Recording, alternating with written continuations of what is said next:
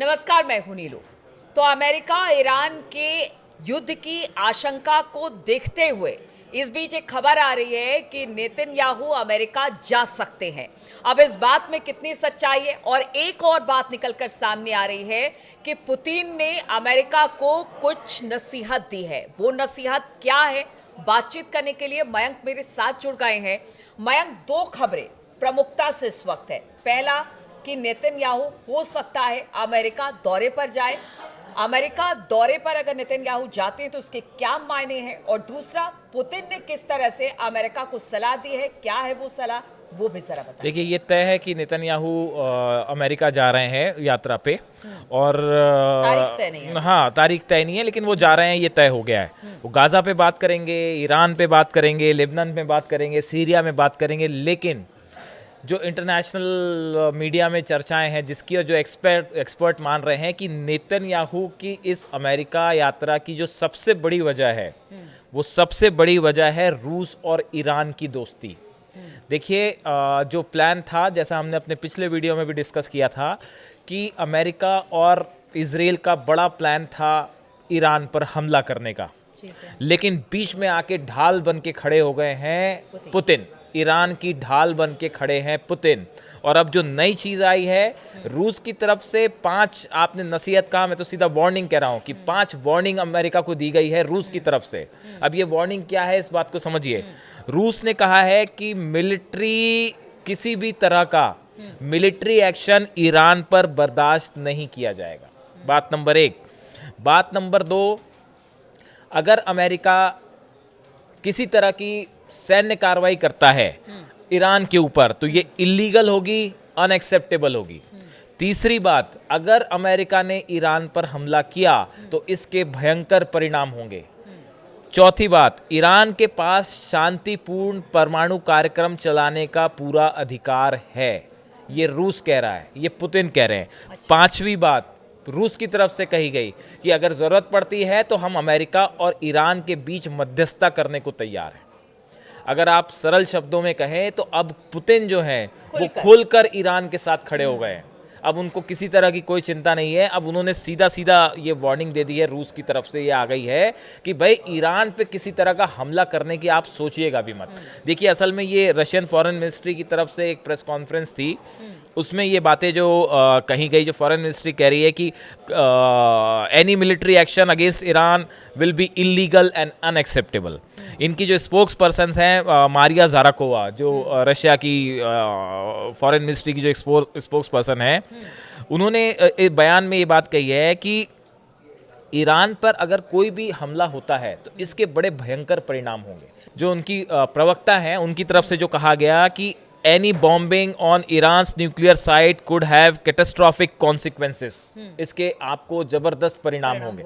तो देखिए, रूस जो है वो इस पूरे मामले में अब एक एग्रेसिव स्टेप पे आ गया है। जिस तरह से देखिए, अमेरिका ने दबाव बढ़ाया कि B-2 बॉम्बर्स आ गए, वॉरशिप्स ईरान के चारों तरफ पहुंचने लगे, उसके बाद जो है रूस ने भी जो है अपना रुख थोड़ा आक्रामक कर लिया है। यानी मयंक, जिस तरह से नेतन्याहू के पक्ष में अमेरिका साफ तौर से दिखाई देता है कि वो खड़ा है, वो हमेशा ये कहता है कि अगर इजराइल पर किसी तरह का हमला हुआ ईरान की तरफ से या प्रॉक्सिस की तरफ से, तो वो उस पर हमला करेगा। अब इसी की तर्ज पर रूस भी खड़ा हो गया है। यानी अब कोई किसी तरह की कोई छिपने की बात नहीं है, कोई ये करने की बात नहीं है। वो अब उसने बता दिया है कि हम भी ईरान के साथ। अब इसी का परिणाम ये है, जो कहा जा रहा है कि यही वजह है रूस की ये दोस्ती, रूस का ये सपोर्ट ईरान के लिए।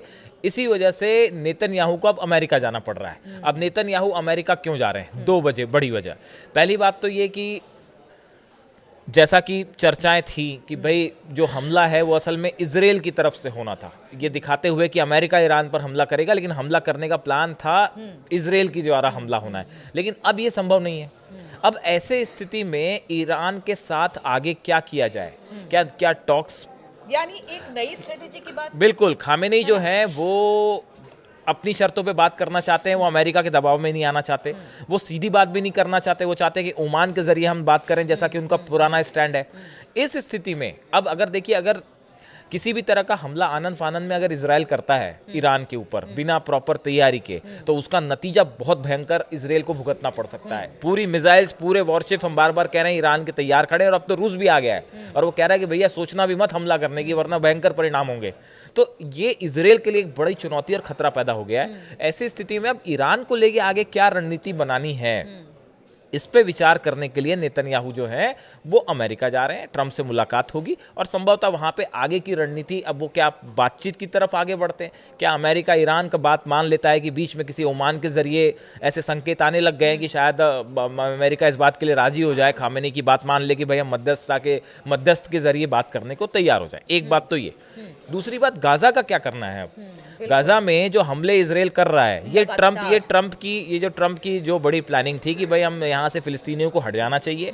फिलिस्तीनी और बहुत लोग छोड़ के भी गए मयंक। अगर पिछले कुछ दिनों में बात की जाए तो वहां पर कई ऐसे क्षेत्र हैं जहां पर अब जो इजराइल की फोर्सेस है वो आगे बढ़ गई है, उसको सेफ जोन बना लिया है, वहां से फिलिस्तीनियों को लगातार विस्थापित कर देखिए, हाँ देखिए, ये यही बड़ी प्लानिंग थी जो ट्रंप की तरफ से कहा गया था कि आप फिलिस्तीनी यहाँ से हट जाएं। उसके लिए कोई तैयार नहीं हुआ। पूरे मुस्लिम राष्ट्र एकजुट हो गए, फिलिस्तीनियों के साथ खड़े हो गए। तो यूरोपियन कंट्रीज में से भी ऐसी स्थिति में इसीलिए इजराइल की तरफ से बड़े हमले किए जाने लगे, ताकि वहाँ पे एक बफर जोन तरह से बना लिया जाए और लोगों को यहाँ से हटाया जाए। इसी रणनीति के तहत का, लेकिन ये कोई परमानेंट रणनीति नहीं हो सकती। अगर इजराइल ये चाहे कि बस यही स्थिति हमेशा के लिए चलती रहे तो ऐसा नहीं हो सकता। तो अब आगे गजा को लेकर क्या करना है? क्या मुस्लिम देशों को अमेरिका अपने फेवर में लाने की कोशिश करेगा, या गजा को लेकर क्या रणनीति बनानी है, ये चर्चा करने के लिए ही नेतन्याहू जो है वो अमेरिका की यात्रा पे जा रहे हैं। अब यहाँ पे इस यात्रा के बाद, इस मुलाकात के बाद दो चीजें तय होंगी। पहली तो ईरान को लेकर अमेरिका और इजराइल का क्या रुख होगा, वो संभवतः इस मुलाकात में तय हो जाए। और दूसरा, गजा में जो लगातार हमले हो रहे हैं, गजा को लेकर एक बड़ी पॉलिसी क्या होगी अमेरिका और इजराइल की, ये इस मुलाकात के बाद सामने आ जाएगा। ठीक है, तो अब देखिए नेतन्याहू जिस तरह से अमेरिका के दौरे पर जाने वाले हैं, एक स्ट्रेटजी प्लान करने की कोशिश की जा रही है, खास तौर पर गजा को लेकर और ईरान को लेकर। अब ये बातचीत किस तरह से नेतन्याहू और ट्रंप के बीच में होती है, किस तरह से नए प्लान के साथ अब जो खास तौर पर गजा और बात की जाए ईरान की, तो उसको लेकर किस तरह के प्लान बनते हैं या क्या बातें सामने आती है, इस पर लगातार हमारी नजर बनी रहेगी। आप बने रहिए हमारे साथ।